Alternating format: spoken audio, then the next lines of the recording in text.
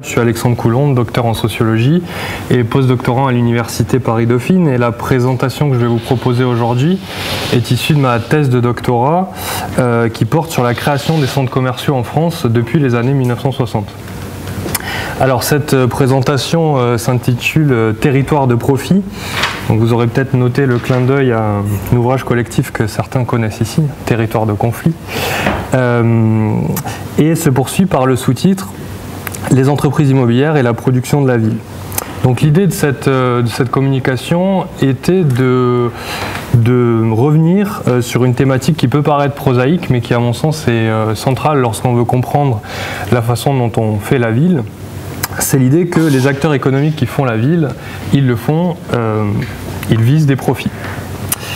La ville comme source de profit a fait l'objet de beaucoup de travaux académiques dans les années 70, notamment dans le cadre d'une pensée marxiste qui a analysé la question à travers les notions de rente foncière ou de capitalisme urbain. Et c'est aujourd'hui une thématique qui est beaucoup moins développée. Donc l'idée était d'actualiser cette thématique en se demandant tout simplement comment les entreprises immobilières forment-elles du profit lors d'un projet urbain. Alors nous allons voir que le processus de création de profit prend parfois la forme du conflit, mais si le profit se réalise, c'est qu'au fond, au moins à minima, des accords émergent entre les acteurs qui font la ville, et donc il faut envisager d'autres types de rapports sociaux, et je proposerai ici la notion d'enrôlement, on le verra tout à l'heure. Alors, avant d'en venir à la question du profit en tant que tel, il faut décrire l'activité du promoteur dans un projet urbain.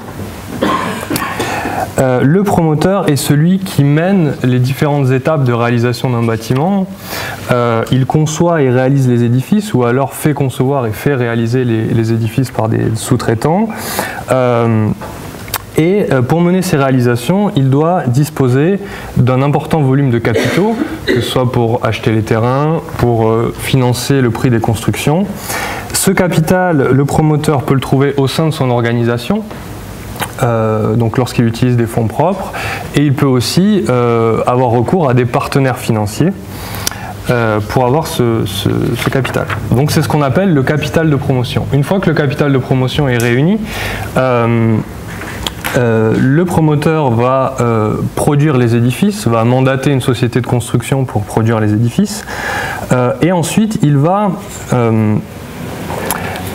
transférer la propriété. Une fois que les édifices sont construits, il va transférer la propriété, alors soit à des propriétaires occupants, donc là c'est le cas par exemple d'un ménage qui achète un appartement dans un immeuble de logement produit par un promoteur, donc c'est à la fois propriétaire occupant, ou alors le promoteur peut vendre à un investisseur. L'investisseur intervient dans le projet dans une logique purement financière, c'est-à-dire qu'il débourse une certaine somme pour acquérir l'immeuble en vue de récolter par la suite les loyers que les occupants vont lui reverser. Donc cette session, au moment de cette session, le promoteur espère rentabiliser le capital de promotion et percevoir une marge. C'est-à-dire qu'il souhaite revendre à un prix supérieur à ce que le projet lui a coûté pour dégager ce qu'on appelle une marge de promotion. Donc cette marge de promotion incarne le profit dans un projet immobilier. Alors le promoteur va garder cette marge de promotion s'il a utilisé son propre capital de promotion, ou sinon il va reverser la marge de promotion à ses partenaires financiers, et au passage il facturera des honoraires qui rémunèrent son travail de valorisation du capital. Alors en termes d'acteurs, le promoteur se positionne au cœur d'un système. Comme on l'a vu, il doit d'abord nouer des liens avec des partenaires financiers. Alors s'il utilise des fonds propres, le financeur et le promoteur forment une seule et même entité. Mais le promoteur doit aussi tisser des liens avec des propriétaires fonciers qui vont lui fournir les parcelles de terrain qui vont accueillir les édifices. Mais la maîtrise foncière ne se limite pas à l'achat de terrain. Pour utiliser du foncier, il faut non seulement disposer de terrain, mais disposer aussi d'autorisations qui permettent la construction. Et donc là, le promoteur va se mettre en rapport avec les élus locaux qui délivrent ces autorisations. L'autorisation principale est le permis de construire, donc qui est délivré par les collectivités. Là encore, lorsque les terrains sont de propriété publique, le propriétaire foncier et l'élu local forment une seule et même entité. Et le promoteur devra gérer directement avec les élus, à la fois pour l'achat des terrains et pour l'obtention des autorisations. Ensuite, le promoteur va se rapprocher de locataires, les occupants, et enfin d'investisseurs pour la revente de l'édifice. Là encore, lorsqu'il s'agit de propriétaires occupants, investisseurs et locataires peuvent former un même acteur. Alors que le système soit très développé ou alors qu'il n'associe que 3 acteurs, dans tous les cas, le promoteur se positionne au cœur du système et justement, on va voir que son activité de création de profit consiste à coordonner ce système, à le faire fonctionner pour pouvoir permettre la réalisation du projet et permettre la réalisation d'un profit. Alors, revenons maintenant à la question du profit. Alors, donc la question qui se pose est comment, au cœur de ce système et durant le temps du projet, le promoteur va faire pour dégager une marge de promotion. Alors, la littérature sur ce sujet a fait plusieurs propositions. Dans les années 70, donc je le rappelais en introduction, il y a une littérature qui s'est développée autour de Christian Topalov, une littérature plutôt d'origine marxiste, qui voyait la création de profit, la création de cette marge, à travers la notion d'exploitation des valeurs foncières. Alors, à quoi ça correspond concrètement? Donc ces approches postulent que lorsqu'un promoteur intervient dans un territoire, les prix de sortie, les prix immobiliers, sont des valeurs fixes, il y a un prix de marché, tout comme les coûts de construction. Produire un bâtiment d'un certain niveau de standing et on considère que le prix est plus ou moins stabilisé. Donc ce que va faire le promoteur pour générer du profit, c'est qu'il va faire un calcul à rebours. Pour un projet, et compte tenu des prix de marché, il va définir le niveau de recette qu'il peut avoir pour un projet. Il va ensuite déduire de cela les coûts de construction, les honoraires des éventuels intervenants qui vont l'aider à produire le bâtiment. Il va aussi retrancher à ce montant global de recettes la marge de promotion. Donc il va fixer lui-même la marge de promotion en disant que finalement pour rentabiliser le capital de promotion sur cette opération, on a besoin, pour atteindre une rentabilité acceptable, on a besoin d'une marge de promotion fixée. Donc il va faire comme ça des soustractions jusqu'à arriver, et donc toute la somme qui reste au moment à la fin de cette grande soustraction sera consacrée aux charges foncières. Et donc c'est en agissant sur la fixation des valeurs, de la valeur des terrains, du prix des parcelles, que le promoteur va pouvoir générer un profit. Alors, cette littérature a débouché sur un long débat qui est notamment résumé dans l'ouvrage de Thierry Villemain et Jean-Jacques Granel qui s'intitule « L'articulation du foncier et de l'immobilier ». Donc toute cette littérature essaye de comprendre dans quelle mesure les valeurs foncières sont déterminées par les valeurs immobilières ou à l'inverse, est-ce qu'il n'y aurait pas parfois des formes de calcul à l'endroit qui feraient que les valeurs immobilières seraient déterminées par les valeurs foncières. Donc on a toute une littérature donc, qui s'est poursuivie dans les années 70-80 et qui a culminé avec cet ouvrage collectif dans les années en 93. Et donc dans cet ouvrage, vous trouverez par exemple la proposition de Thierry Villemain qui lui met en avant cette idée de calcul à l'endroit en disant que finalement le prix des terrains ne se limite pas au prix d'achat, mais pour qu'un terrain soit constructible, il va falloir ajouter tout un ensemble d'opérations, dépollution, aménagement, viabilisation, etc.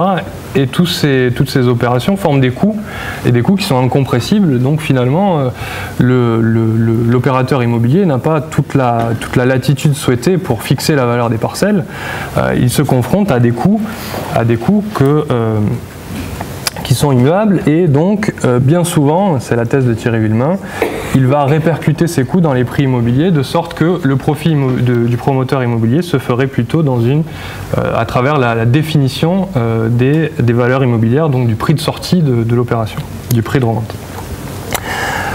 Alors, ensuite, dans les années 90, vous avez toute une autre littérature qui va analyser cette question de la promotion immobilière, alors qui ne discute pas avec les travaux marxistes, mais qui est plutôt une littérature de sciences politiques, et qui va porter plutôt sur l'idée que le promoteur, pour faire du profit, agit sur la mise en œuvre locale de l'action publique.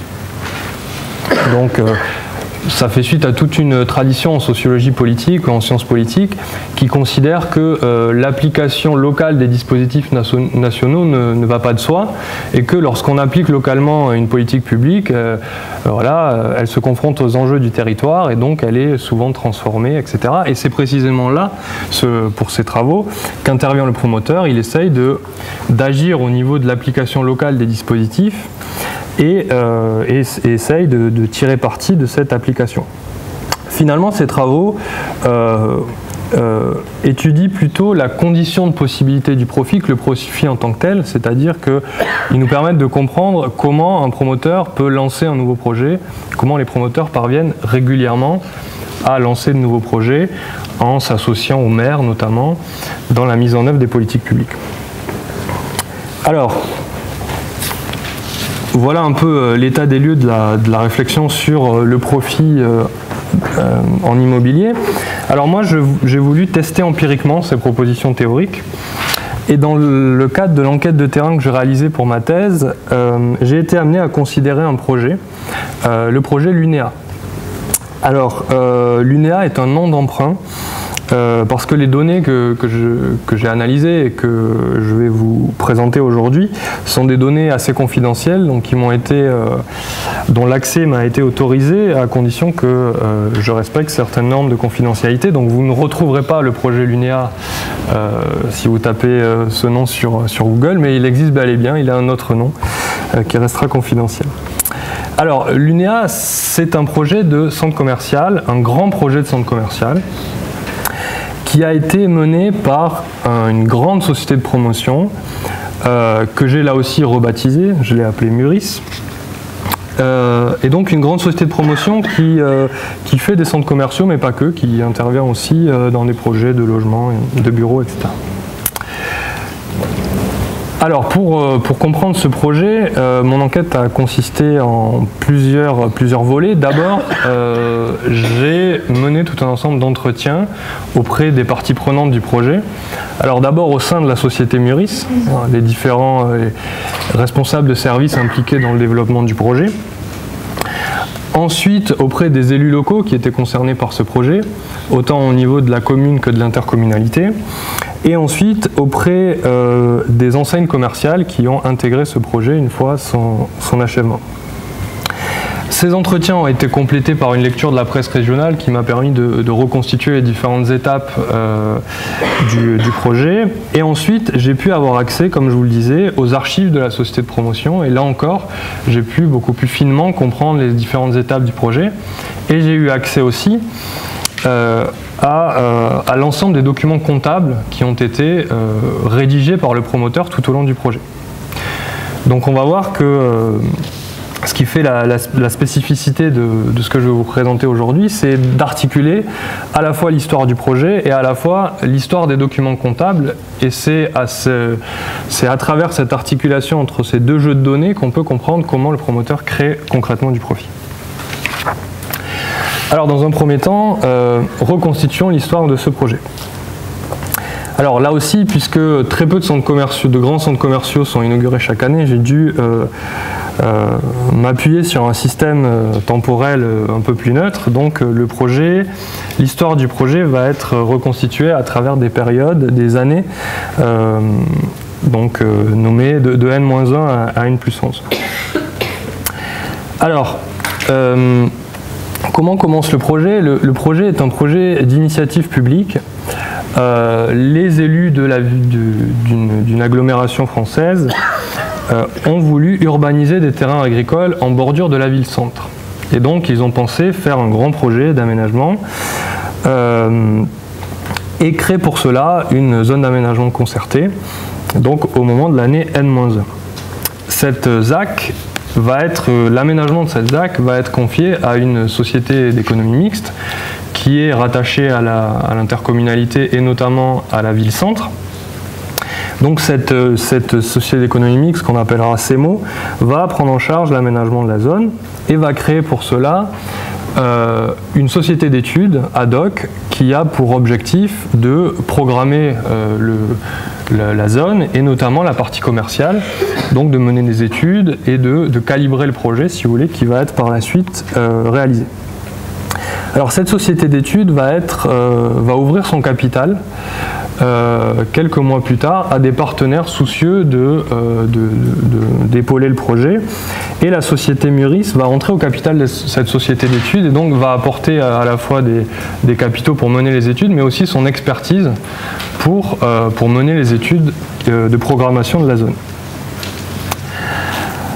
Alors, cette intervention très précoce de la société de promotion dans le projet va positionner cette entreprise en très bonne position pour comprendre très bien les attentes des élus politiques, les attentes de la SEM. Et donc, lorsque la société de promotion répond au concours organisé par les élus pour sélectionner les intervenants, elle est choisie parmi les 5 candidats. Et donc, la société Muris prend la direction du projet Lunéa. Alors à ce moment-là, Muris va commencer à produire des estimations comptables, à essayer de voir, compte tenu des études qui avaient été faites par le bureau d'études, essayer de voir quel type de projet peut être réalisé. Bon, en tout cas, les grandes lignes du projet avaient été déjà fixées au moment de la réponse au concours urbain, mais donc là les estimations comptables ont commencé à être faites, et surtout en termes de fixation des prix, quel niveau de loyer on va pouvoir fixer sur ce territoire, etc. Et donc le promoteur va commencer à la fois à contacter des locataires potentiels, donc en l'occurrence dans un projet de centre commercial, les locataires sont les commerçants, les enseignes commerciales, mais aussi des investisseurs pour commencer à voir quel type d'investisseurs pourrait être intéressé par le projet, quel type de prix on pourrait pratiquer sur ce projet. Et donc, compte tenu de ces éléments, compte tenu du projet dessiné au moment du concours par le promoteur va déposer un dossier pour obtenir les autorisations, notamment le permis de construire, un dossier pour 68 000 m² de commerce. Alors, à partir de ce moment-là, le projet est connu localement, on en parle dans la presse, et des contentieux vont émerger. Alors, le principal front de contestation émane des commerçants indépendants de la ville qui vont s'opposer au projet et qui vont monter une fédération de défense pour s'opposer au projet. Donc une association qui va être suivie, qui va être épaulée à la fois par la CCI locale, la Chambre de commerce et d'industrie, mais aussi par un promoteur immobilier qui est détenteur, une société immobilière qui est détentrice du centre commercial situé déjà implanté dans la ville. Donc vous avez, si vous voulez, les commerçants installés et leurs représentants qui mènent des recours contre le projet. Alors ces recours vont être des recours, ces actions vont être des actions médiatiques pour contester le projet, mais aussi ça va se traduire par du contentieux juridique, et donc notamment un recours au tribunal administratif pour contester la validité du permis de construire et tout un ensemble d'autres documents comme le PLU, etc. Donc ces recours juridiques vont aboutir. Et les autorisations que le promoteur était parvenu à avoir vont être annulées par le tribunal administratif. À ce moment-là, arrivent aussi les élections municipales qui font que les élus locaux se détournent d'un sujet un peu conflictuel. Et sur ce, arrive l'expiration des promesses de vente, autant pour la vente des parcelles, pour la revente du centre commercial à un investisseur. Voilà, toutes les promesses de vente sont fixées dans un horizon temporel défini, et donc elles arrivent en l'année N+4 à expiration. Et donc finalement, au moment de l'année N+4, le projet repart à zéro, on va dire. Tout est à refaire. Et donc ainsi se finit un peu le premier temps du projet. Donc les élections municipales passent, la municipalité est réélue, et est réélue à une très grande majorité, et va mettre tout le monde autour de la table pour essayer de dénouer le projet. Donc tout un ensemble de discussions vont être menées. Je vous passe les détails de ces discussions, mais globalement, un compromis émerge autour de dédommagements financiers, mais aussi, et ça vous allez voir, ça va être central, sur la réduction de la taille du projet. Et donc le promoteur accepte. Voilà, les élus font les intermédiaires entre les requérants et le promoteur accepte de transformer son projet et de passer d'un projet de 68 000 m² à un projet de 42 000 m².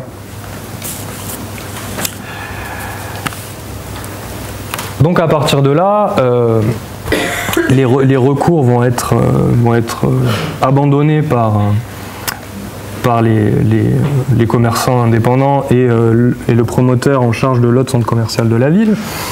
Et donc le projet va pouvoir continuer son cours, le promoteur va obtenir le permis de construire et puis va acquérir le terrain auprès de la collectivité, débuter les travaux.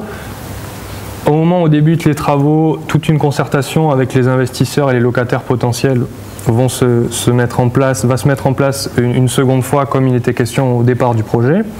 De nouveaux accords sont conclus et finalement le centre commercial va ouvrir au moment de l'année N+10 et puis au moment de l'année N+11 le promoteur va céder le centre commercial à l'investisseur. Donc son intervention dans le projet est terminée à ce moment-là. Donc voilà comment on peut résumer à grands traits l'histoire du projet Lunea. Alors maintenant, pour comprendre comment le promoteur forme du profit dans ce projet, nous avons, comme je vous l'ai rappelé tout à l'heure, analysé les documents comptables rédigés par ce promoteur. Alors les documents comptables sont des documents analysés, sont des documents prévisionnels, donc qui sont rédigés tout au long du projet par le promoteur. Donc je vous ai rappelé sur cette frise chronologique le moment où ont été rédigés ces différents documents. Donc il y en a eu 8 et vous voyez qu'ils ne sont pas rédigés à des intervalles réguliers, mais ils sont rédigés à des moments, lors d'événements importants du projet. Alors en fait, la particularité des bilans prévisionnels est que le premier bilan prévisionnel n'est basé que sur des hypothèses. Puis au fur et à mesure qu'on avance dans les bilans, de plus en plus d'éléments ont été réalisés et donc de plus en plus d'éléments sont intégrés dans le bilan comme des éléments invariables. Voilà, donc une fois que le terrain est acheté, le prix du terrain n'évolue plus dans le bilan. Au départ c'est une hypothèse et puis ensuite c'est un poste budgétaire qui est réalisé. Donc en fait le promoteur produit un document prévisionnel à chaque fois qu'une grande étape du projet est réalisée. Donc là vous voyez il y a 2 temps dans le projet. Au départ, vous avez 3 premiers bilans qui sont réalisés et puis ensuite, l'histoire du projet étant tumultueuse, pendant 3 à 4 ans, il n'y a plus d'estimation comptable et puis ensuite, ça revient au moment de l'année N+6, N+7, N+8. Alors, comment étudier ces documents comptables et en quoi ces documents comptables nous permettent de comprendre la façon dont est créé du profit? D'abord, je pense que les documents comptables forment un matériau très précieux pour comprendre les projets urbains, mais plus généralement pour comprendre les modes de calcul et les modes d'action des acteurs économiques. La particularité des documents comptables, comme je vous le disais, c'est d'être prévisionnel. C'est-à-dire qu'à un temps donné, le bilan comptable prévisionnel est une image de ce que devrait être le profit si le projet se passait comme prévu. Donc ce qui est intéressant, c'est d'articuler l'analyse des documents comptables avec l'histoire du projet et de voir au moment où le projet se reconfigure, et notamment au moment où le projet voit sa superficie se réduire, comment arbitre le promoteur immobilier? Comment il compense le manque à gagner en termes de bilan?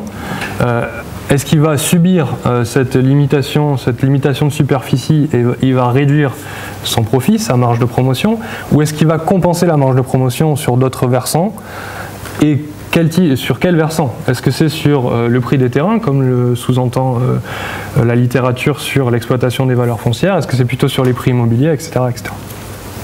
Donc voilà l'intérêt d'étudier les documents comptables. Alors pour les étudier, il faut les simplifier. Les documents comptables de cette opération comportaient 159 postes budgétaires. Donc pour les analyser, il faut les associer, les regrouper dans des catégories plus riches de sens. Donc sur les 159 postes budgétaires, j'ai retenu 16 catégories au final. Donc 9 catégories qui traduisent des charges, différentes formes de charges, et 6 catégories de recettes, et puis une catégorie qui fait le lien, enfin, qui fait la différence entre les recettes et les charges, donc c'est la marge de promotion. Alors il faut préciser que dans le cas du projet Lunea, le promoteur intervient avec ses capitaux propres. Donc il est à la fois financeur et promoteur, donc finalement la marge comptable symbolise, incarne ce que le promoteur va retirer comme gain à la fin du projet. Donc l'indicateur marge comptable est vraiment une façon d'appréhender le profit du point de vue du promoteur. Alors, qu'est-ce qui ressort de ces analyses comptables? Alors, il ressort par exemple ce premier graphique. Alors, sur l'axe de droite, c'est l'axe qui représente les points où vous avez la superficie du projet.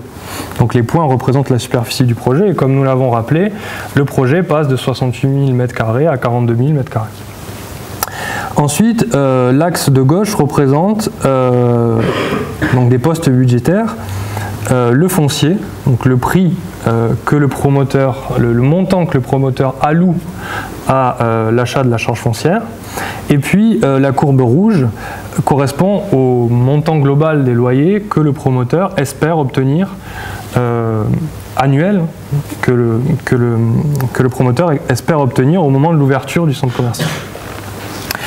Donc là, on a une indication intéressante sur la façon dont est créé le profit et créé la valeur dans les projets immobiliers. C'est-à-dire qu'on voit clairement que la somme allouée aux charges foncières subit directement le poids de cette reconfiguration du projet en termes de superficie. Vous avez la courbe de la charge foncière qui suit quasiment la courbe des mètres carrés. Donc moins de mètres carrés, moins de budget alloué à la charge foncière. Donc le promoteur reporte dans les charges foncières l'histoire, les imprévus rencontrés dans le projet. Donc là, si vous voulez, on voit qu'il a la capacité quand même à fixer les valeurs foncières. Mais vous avez en dessous la courbe des loyers. Alors vous voyez que la courbe des loyers accuse une diminution entre le bilan numéro 3 et numéro 4 au moment où le projet se reconfigure, mais que la baisse est moins nette que le poste budgétaire du foncier. Donc bien sûr, un projet moins grand, c'est moins de recettes en termes de loyer, mais en même temps, vous voyez que cette cassure est moins nette. Et puis, vous voyez surtout qu'à partir du bilan 5, 6 et 7, la courbe remonte. Donc ça nous met quand même sur une autre piste, que le promoteur est capable aussi d'agir sur les valeurs locatives. Donc il est à la fois capable d'agir sur les valeurs foncières et sur les valeurs locatives.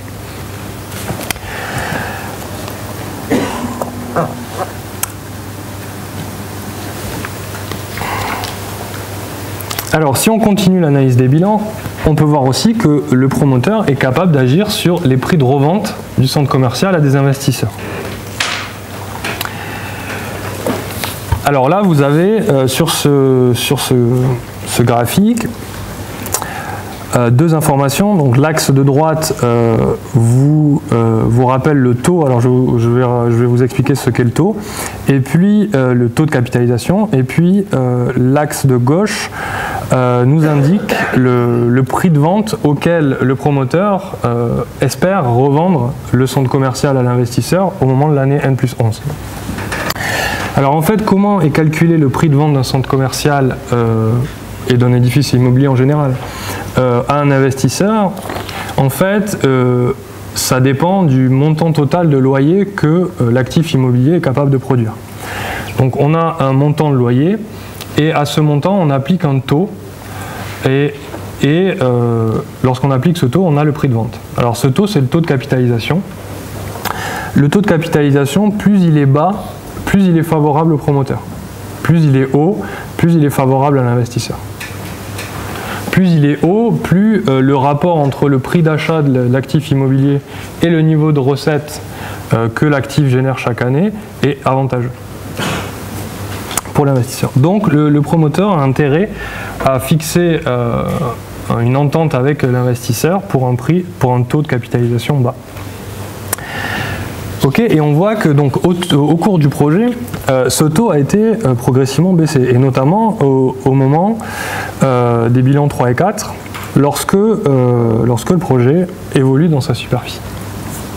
Et donc mécaniquement, le prix de vente espéré pour le centre commercial augmente. Alors la conséquence de tout ça, de cette action à la fois sur les valeurs foncières, à la fois sur les valeurs immobilières, à la fois sur les prix de revente, c'est qu'au cours de ce projet, la marge augmente constamment. Donc vous voyez que malgré un projet tumultueux, malgré un projet et une reconfiguration du projet qui aurait pu être assez dommageable pour le promoteur parvient progressivement, donc c'est la courbe verte, à augmenter la marge, c'est-à-dire dans chaque bilan, la marge augmente.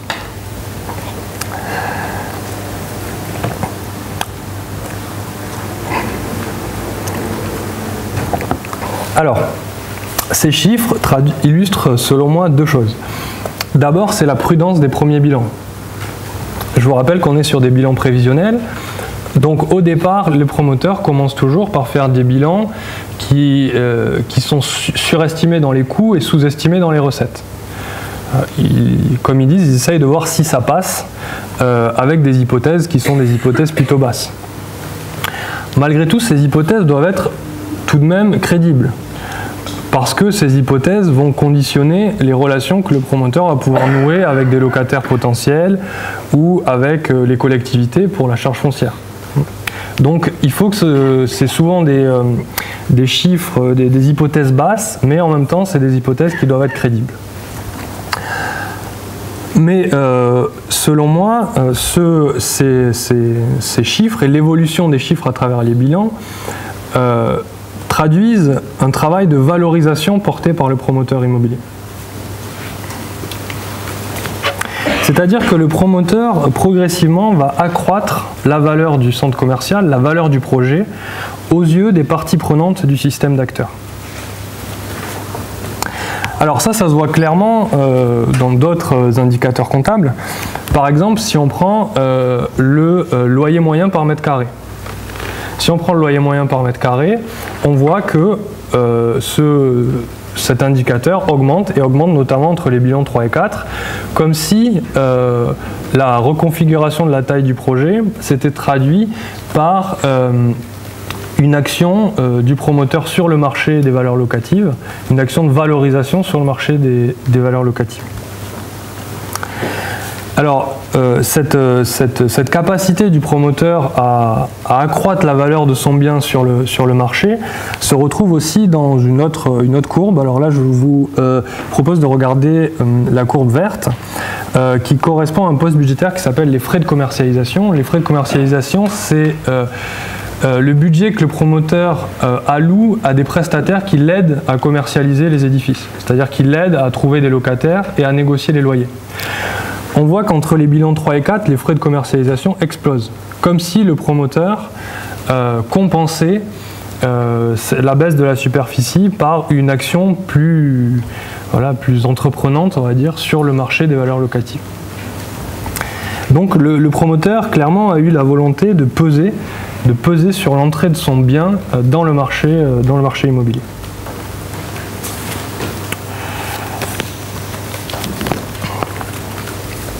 Alors, est-ce que lorsqu'on a dit ça, on a expliqué totalement le profit? Non, pas tout à fait. La question qui se pose est la suivante. Pourquoi les élus, ici les propriétaires fonciers, les commerçants, ici les locataires, et les investisseurs, ici les acheteurs, restent-ils au contact du projet malgré des chiffres de plus en plus défavorables pour eux? Vous voyez, le taux de capitalisation baisse, donc c'est défavorable pour les investisseurs. Le prix moyen au mètre carré augmente, donc c'est défavorable pour les locataires. Et le prix des charges foncières baisse, donc c'est défavorable pour les élus, pour la collectivité qui vend le foncier. Pourquoi tous ces acteurs restent solidaires du projet malgré cela? Alors, si on est dans une perspective économique, on va dire, orthodoxe, on ne peut pas comprendre ce phénomène de valorisation. Parce qu'on se dira en fait que comme il y a une concurrence par les prix, le promoteur progressivement va être amené à baisser le prix des loyers pour attirer des locataires et pour garder les collectivités au contact du projet, à augmenter le budget qu'il alloue aux charges foncières, de sorte que dans un raisonnement économique classique, la marge de promotion, le profit, tendrait vers zéro. Les parties prenantes du système n'intégreraient le système que pour un profit qui tendrait vers zéro, parce que le promoteur aurait alors déboursé tout ce qu'il était capable de débourser pour impliquer ses partenaires du projet dans le projet. Alors, les travaux que j'ai cités en introduction ont essayé de répondre à cette question à laquelle le modèle classique en économie ne permet pas de répondre. Comment comprendre cette création de profit alors que nous sommes dans une économie concurrentielle et que, à terme, normalement, en tout cas dans un raisonnement économique, le profit devrait tendre vers zéro. Alors là, vous avez plusieurs propositions qui ont été faites, notamment une de David Harvey. Alors David Harvey, c'est un géographe américain qui est très connu et qui est connu pour son approche radicale et néo-marxiste de la construction de la ville. Et donc pour David Harvey, il y a un rapport de force qui s'établit entre les élus et le promoteur va gagner ce rapport de force parce que le promoteur est le représentant du capital dans la ville et le capital est mobile, alors que les élus, les collectivités sont des acteurs ancrés. Donc les promoteurs auraient, selon David Harvey, la capacité à gagner le rapport de force parce qu'ils peuvent arbitrer spatialement. Donc concrètement, ça revient à dire, soit vous accordez des conditions favorables à mon arrivée, soit je vais dans la ville d'à côté. Donc pour David Harvey, la création de profit, cette création de valeur, reposerait sur cette mise en concurrence des territoires. Donc on pourrait discuter sur les différentes limites de cette approche, notamment, elle se centre que sur la question foncière. Mais on ne comprend pas comment la valeur est créée, comment le phénomène de valorisation est mis en place au niveau des locataires, au niveau des investisseurs, etc. Autre proposition, c'est celle qui a été développée par Topalov, mais plus clairement aussi par Alain Lipietz, dans un ouvrage qui s'appelle Le tribut foncier urbain. Donc là, c'est encore la littérature des années 70. Ces deux ouvrages, l'ouvrage de Topalov et de Lipietz, ont été publiés en 1974. Donc eux, ils vont plus vers la thèse de la dissimulation. C'est-à-dire que il y a un rapport de force entre le propriétaire foncier et le promoteur. Le propriétaire foncier sait que le promoteur veut payer le terrain au prix le plus bas possible pour créer une marge, justement, en basculant entre les charges foncières et les prix immobiliers. Et donc le propriétaire terrien va lutter pour récupérer cette marge et pour la capter lui-même. Et donc ce rapport de force s'organise autour du prix des terrains, encore une fois.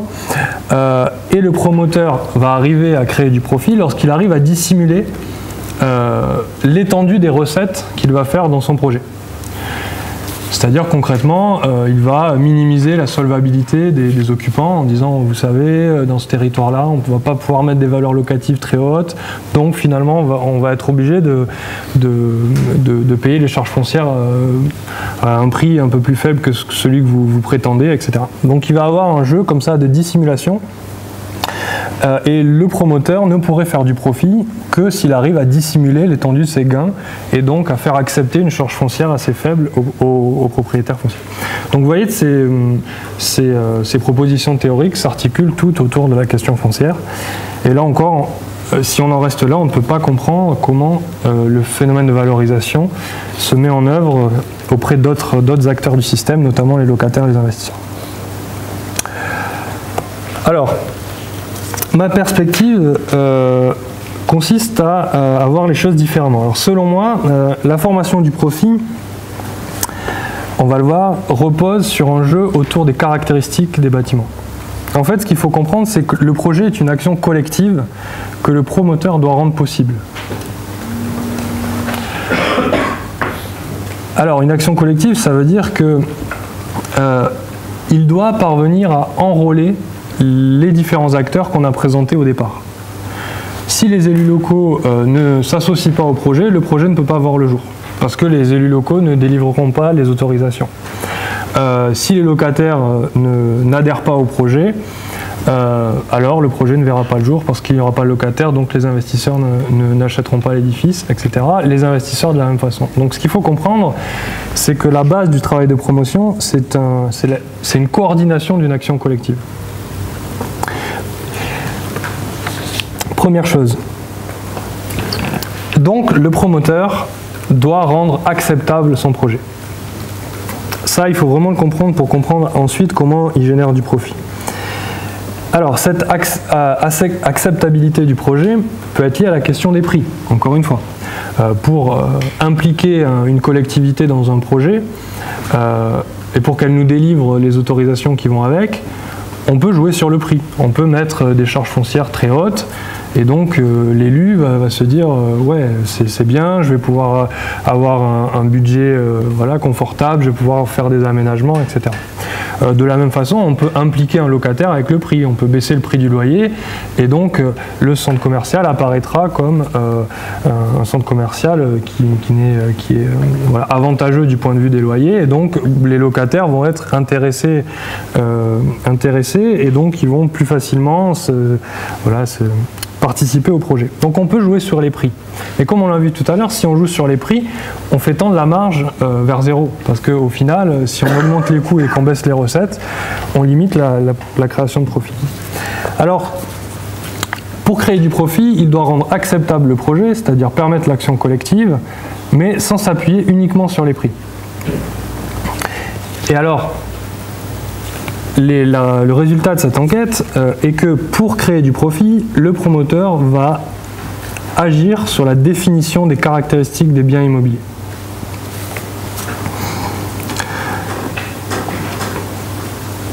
En fait, le promoteur va faire en sorte que le projet réponde aux attentes des parties prenantes du système, au-delà de leurs attentes financières immédiates. Alors je donne un exemple. Par exemple, pour un élu local, un projet de centre commercial n'est pas seulement l'occasion de récupérer des charges foncières. C'est aussi l'occasion de peser sur l'attractivité du territoire, de faire un équipement urbain structurant, de lancer le développement d'une nouvelle zone, d'un nouveau quartier, etc. Donc en fait, l'activité du promoteur va consister à procéder à l'enrôlement des acteurs sur ces critères de qualité et non plus sur ces critères de prix, ou en partie sur des critères de qualité, en partie sur des critères de prix. Donc en l'occurrence, le promoteur va pouvoir proposer à l'élu local une architecture grandiose, ou voilà, agir sur la définition du bien pour sortir le raisonnement de l'élu de la simple variable prix. Et en fait, il va faire ça pour toutes les parties prenantes du projet. Il va faire de même pour les locataires, il va faire de même pour les investisseurs, on va voir. Donc en fait, ce que je propose pour comprendre le profit dans un projet immobilier, c'est que l'activité du promoteur doit être envisagée comme une activité d'enrôlement des parties prenantes à travers un jeu sur les qualités du projet. Ce n'est pas en imposant une forme urbaine quelconque, mais en ajustant un projet à ses destinataires tout au long de sa réalisation, que le promoteur peut implanter le capital dans la ville et dégager du profit.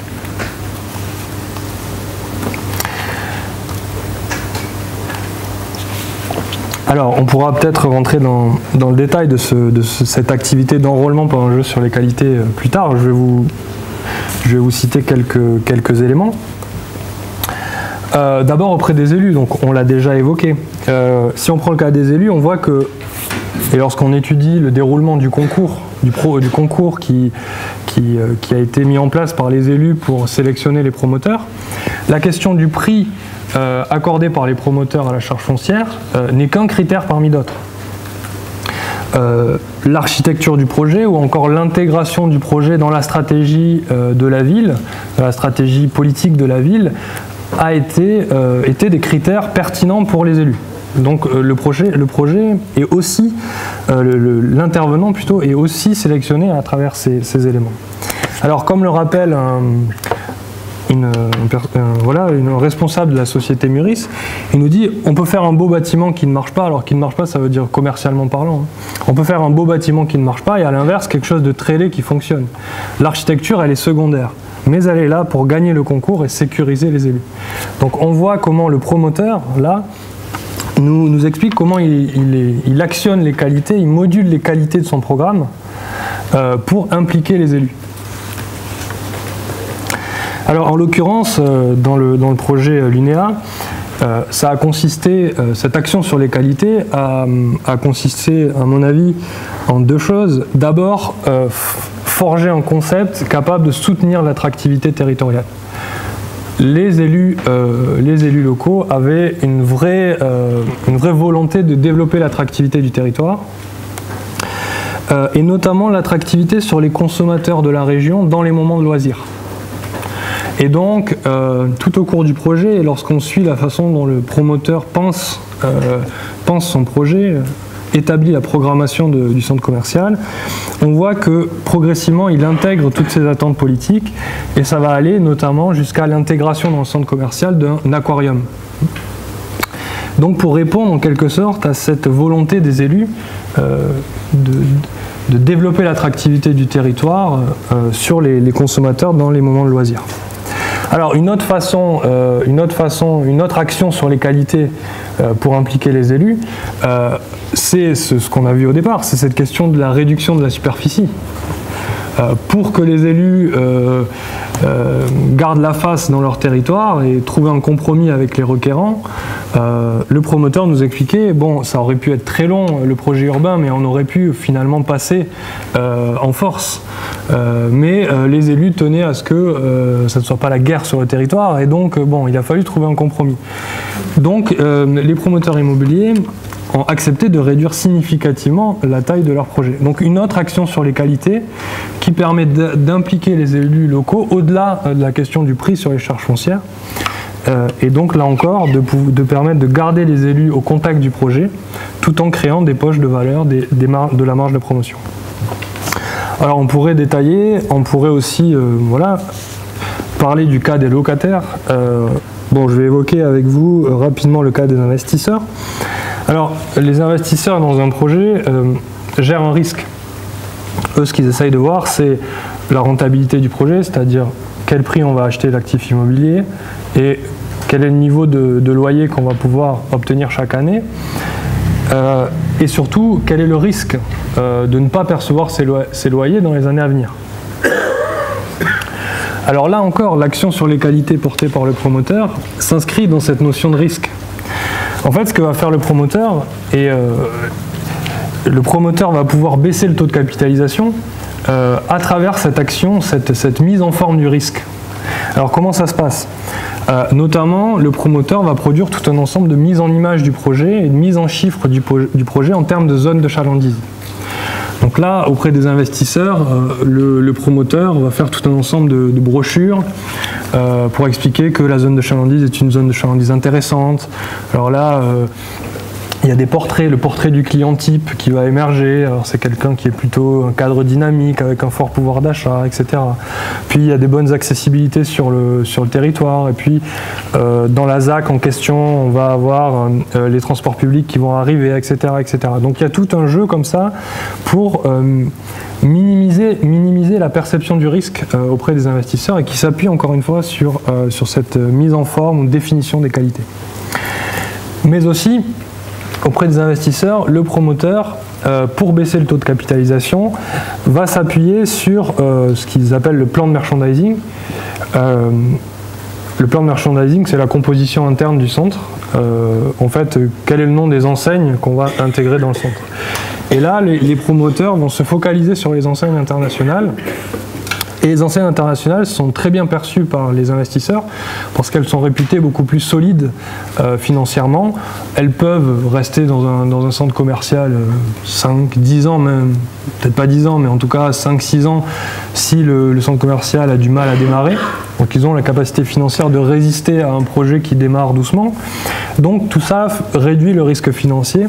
Et donc en intégrant un type d'enseigne particulier dans le projet, là encore, le promoteur joue sur la qualité et propose aux investisseurs d'intégrer le projet sur une base multicritère qui concerne le prix, mais pas que le prix. Donc là, on retrouve, selon moi, cette idée d'enrôlement à travers une définition des qualités. Et c'est comme ça que le promoteur, finalement, en jouant sur les caractéristiques du programme, sur ses qualités, le promoteur fait en sorte que les parties prenantes intègrent le projet sans n'être incité que par les valeurs d'échange, que par les prix. En singularisant le bien immobilier en fonction du contexte territorial, le promoteur permet aux parties prenantes de trouver un intérêt dans le projet au-delà de ses prix. Ainsi, il est en mesure de baisser ses coûts d'achat, d'augmenter ses prix de sortie, bref, de former du profit. Voilà, j'espère que j'ai été clair. Je vous remercie pour votre attention.